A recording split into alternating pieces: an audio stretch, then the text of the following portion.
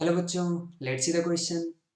State true or false for the statement if magnitude of a vector equal to magnitude of b vector, then necessarily it implies a vector equal to plus minus b vector. ठीक है, तो क्या ये हमेशा true होगा? चलिए ये देखते हैं. तो लेट क्या कर लेते हैं, लेट ए वेक्टर अपना मान लेते हैं आई कैप प्लस जे कैप प्लस के कैप. ठीक है, अब बी वेक्टर मान लेते हैं आई कैप माइनस जे कैप प्लस के कैप. ठीक है, तो अगर मैग्नीट्यूड ऑफ ए वेक्टर यहाँ हम निकाले तो ये आएगा root over one square plus one square equal to root 3.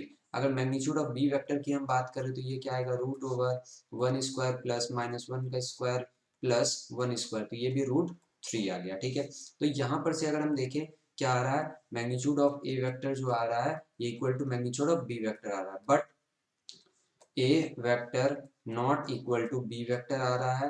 अब यहाँ से देखिए A vector not equal to B vector है and A vector not equal to minus B vector भी है, तो ये नेसेसरली इंप्लाइज नहीं करेगा, तो ये अपना स्टेटमेंट क्या हो जाएगा, false. I hope you understand the solution. Thank you.